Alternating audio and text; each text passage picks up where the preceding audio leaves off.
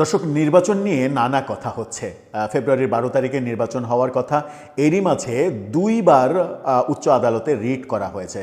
প্রথম রিট খারিজ করা হলেও দ্বিতীয় রিট কিন্তু এখনও চলছে। দু একদিনের মধ্যেই সেই রিটের শুনানি হওয়ার কথা। সেখানে একই দিনে নির্বাচন, গণভোট, এই সরকারের অধীনে নির্বাচন দেওয়ার এই সরকারের এখতিয়ার আছে কিনা, গণভোট দেওয়ার এই সরকারের এখতিয়ার আছে কিনা, সংবিধান এটাকে স্বীকৃতি দেয় কিনা, এরকম নানা ইস্যু তুলে নতুন করে উচ্চ আদালতে রিট করা হয়েছে তখন চতুর্দিক থেকে শোনা যাচ্ছে নির্বাচনকে যেন বানচাল করা যায়, নির্বাচনকে যেন ঠেকিয়ে দেয়া যায়, নির্বাচন যেন পিছিয়ে দেয়া যায়, এরকম কাজে অনেক পক্ষই নাকি বেশ জোরালো ভূমিকা পালন করছেন।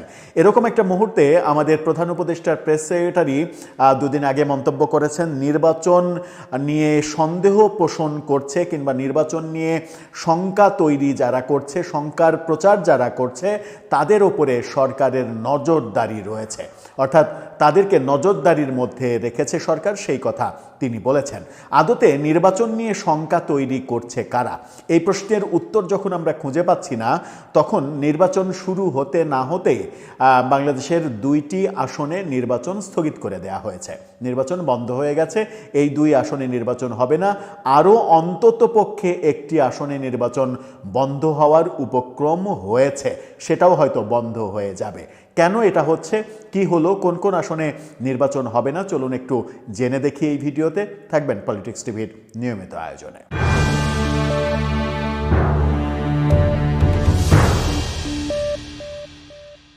দর্শক, বলছিলাম নির্বাচন নিয়ে নানা কথার মাঝে নতুন একটা চাঞ্চল্যকর খবর হচ্ছে, 2টি আসনের নির্বাচন বন্ধ হয়ে গেছে। এই 2টি আসনে নির্বাচন হবে না, আরেকটি আসনেও নির্বাচন না হওয়ার শঙ্কা রয়েছে। যে 2টি আসনে নির্বাচন হবে না, সেই 2টি আসনের জেলা হচ্ছে আমাদের বর্তমান মহামান্য রাষ্ট্রপতি শাহাবুদ্দিন আহমেদের জেলা পাবনা। পাবনা 1 এবং 2 আসনে নির্বাচন হবে না, এই ঘোষণা দিয়ে দেয়া হয়েছে। কেন সেটা দেয়া হলো? গণমাধ্যম কি বলছে, আর কোথায় এই শঙ্কা রয়েছে?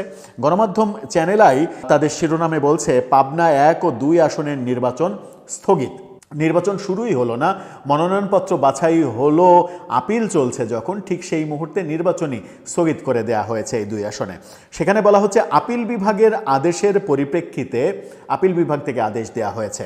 পাবনা 1 ও পাবনা 2 সংসদীয় আসনের নির্বাচনের কার্যক্রম স্থগিত করে দিয়েছে নির্বাচন কমিশন। কেন? আদালতের পরবর্তী নির্দেশ না দেয়া পর্যন্ত এই 2 আসনে ত্রয়োদশ জাতীয় সংসদ নির্বাচনের সব কার্যক্রম বন্ধ থাকবে বলে নির্বাচন কমিশন জানিয়ে দিয়েছে। গতকালকে নির্বাচন কমিশনার আব্দুর রহমানুল মাসুদ এই তথ্য নিশ্চিত করেছেন। তিনি বলেছেন, সুপ্রিম কোর্টের আপিল বিভাগের আদেশ অনুযায়ী আদালত কর্তৃক পরবর্তী সিদ্ধান্ত না দেয়া পর্যন্ত পাবনা 1 এবং পাবনা 2 আসনে কোনো নির্বাচন হবে না, আপাতত সেটা স্থগিত করা হলো। আদালতের আদেশের প্রতি সম্মান জানিয়ে এবং আইনি জটিলতা এড়াতেই এই সিদ্ধান্ত নিয়েছে নির্বাচন কমিশন, সেটা তিনি জানিয়েছেন। আদালত থেকে পরবর্তী নির্দেশনা এলে সেই অনুযায়ী ব্যবস্থা তারা নেবেন, সেটাও তিনি জানিয়েছেন। ইসি সূত্র বলছে, এই 2 আসনের সীমানা নির্ধারণ নিয়ে জটিলতার কারণে বিষয়টি আদালতে বিচারাধীন রয়েছে। সীমানা সংক্রান্ত বিরোধ নিষ্পত্তি না হওয়া পর্যন্ত নির্বাচনী কার্যক্রম চালানো সম্ভব নয় বলে তিনি মনে করছেন। সীমানা নিয়ে জটিলতা শুধু পাবনাই নয়, এর আগে আমরা দেখেছি ব্রাহ্মণবাড়িয়া নিয়ে সমস্যা, বাগেরহাট নিয়ে সমস্যা, গাজীপুর নিয়ে সমস্যা। সেই সমস্যাগুলো কোনো রকমে নির্বাচন কমিশন উতরে গেছে, কিন্তু এবার পাবনার ব্যাপারটা তারা উতরে যেতে পারল না। কিন্তু শুধুই কি পাবনা, আরও চমক আছে এখানে। এদিকে বৃহস্পতিবার কুমিল্লা 2 আসনের সীমানা সংক্রান্ত বিষয়েও আদালতের একটা রায় এসেছিল। সেই কারণে সেই নির্বাচন, কুমিল্লা 2 আসনের নির্বাচনও না হতে পারে, স্থগিত হতে পারে, এরকম আশঙ্কা তৈরি হয়েছে। ওই আসন নিয়েও নির্বাচন কমিশন পরবর্তী করণীয় নির্ধারণে আইনগত দিক পর্যালোচনা করছে। তার মানে কুমিল্লা 2 আসনেও নির্বাচন হচ্ছে না, এটা মোটামুটি ধরে নেওয়া যায়। 300 আসনের মধ্যে 3টি আসন বাদ চলে যাচ্ছে, 297 আসনে নির্বাচন হবে। এখন মজার ব্যাপার হচ্ছে, 297 আসনে নির্বাচনের পরে যদি কোনো একটা দলের এরকম হয় যে একটা দল পেল 148 আসন, আর একটা জোট পেল 148 আসন, আর একটা জোট পেল কত বলা যায় 149 আসন, 149 আসন একজোট পেল, 148 আসন একজোট পেল। যে 3টি আসনে নির্বাচন হচ্ছে না সেই 3টি আসনে নির্বাচনের উপরে নির্ভর করবে সরকার গঠন। তখন কি ব্যাপারটা এরকম হবে যে সেই নির্বাচন প্রভাবিত করা, সেই নির্বাচনে ব্যাপক গোলযোগ এরকম কিছু, নাকি চমক জাগিয়ে 149 আসন পাওয়া জোটও শেষ পর্যন্ত 3টি আসনে 3টিতেই হেরে যাবে, 148 আসন যারা পেয়েছিল তারা 151 হয়ে যেয়ে সরকার গঠন করবে? সেরকম চমক, মানে ক্রিকেটে সুপার ওভারের মতো, ক্রিকেটে শেষ বলে মানে যদি খেলা টাই হয়ে যায় তাহলে সুপার ওভারে খেলা যেমন যায়, সেরকম অবস্থা এই নির্বাচনকে নিয়ে কি হবে?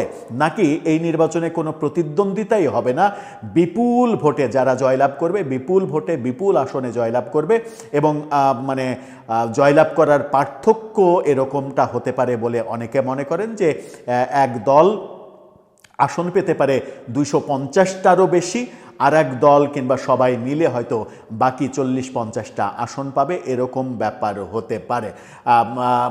অনেকে মনে করেন সেটা, যদিও এখানে অনেকগুলো জোট রয়েছে, বিএনপি নেতৃত্বাধীন একটা জোট, জামাত নেতৃত্বাধীন একটা জোট, যেখানে আবার নতুন দল এনসিপি রয়েছে, যারা কিনা সরকারের আশীর্বাদ পুষ্ট দল হিসেবে অনেক দিন থেকে আলোচনা চলছে। জাতীয় পার্টির 2 গ্রুপের একটা অবস্থান রয়েছে, লাঙ্গলের জাতীয় পার্টি, আবার জাতীয় পার্টি থেকে বেরোয়ে যাওয়া 20 দলের জোট সেটা রয়েছে, বাম দলগুলোর একটা মোর্চা রয়েছে। এই ব্যাপারগুলো মানে খুব একটা যে নির্বাচনের সমীকরণ সহজ হবে সেটা বলা যায় না, এবং এই নির্বাচন শেষ পর্যন্ত কোন দিকে যাবে গতকালকে থেকে এরকম কানাঘুষাও শুরু হয়েছে যে শেষ মুহূর্তে এসে বিএনপি জোটে যোগ দিতে পারে জাতীয় পার্টিও, অর্থাৎ জাতীয় পার্টি লাঙ্গল যেটা, সেটাও বিএনপি জোটে শেষ মুহূর্তে এসে যোগ দিতে পারে, এরকম আলোচনাও গতকালকে আমরা বিভিন্ন জায়গায় শুনেছি। সুতরাং নির্বাচনের ইকুয়েশন এখনই বোঝা যাচ্ছে না, কিন্তু 12ই ফেব্রুয়ারি যে নির্বাচন, সেই নির্বাচনের প্রেক্ষিতে যতটা শোরগোল হওয়া কিংবা যতটা উৎসবমুখর পরিবেশ থাকার কথা, ততটা বাংলাদেশে আছে কি না উৎসবমুখর পরিবেশ, সেটা একটা বড় প্রশ্ন। কিন্তু নির্বাচন শুরু না হতেই এই যে 2-3টা আসনে নির্বাচন স্থগিত হয়ে গেল, এর ধারাবাহিকতায় আরও কি এরকম ঘটনা ঘটবে? নাকি নির্বাচন নিয়ে যে শঙ্কা অনেক দিন থেকেই অনেকে পোষণ করেন, সেই শঙ্কার দিকেও এগিয়ে যাওয়ার সম্ভাবনা রয়েছে? দর্শক, আপনার মতামত কি এ ব্যাপারে জানিয়ে লিখতে পারেন আমাদের কমেন্ট বক্সে।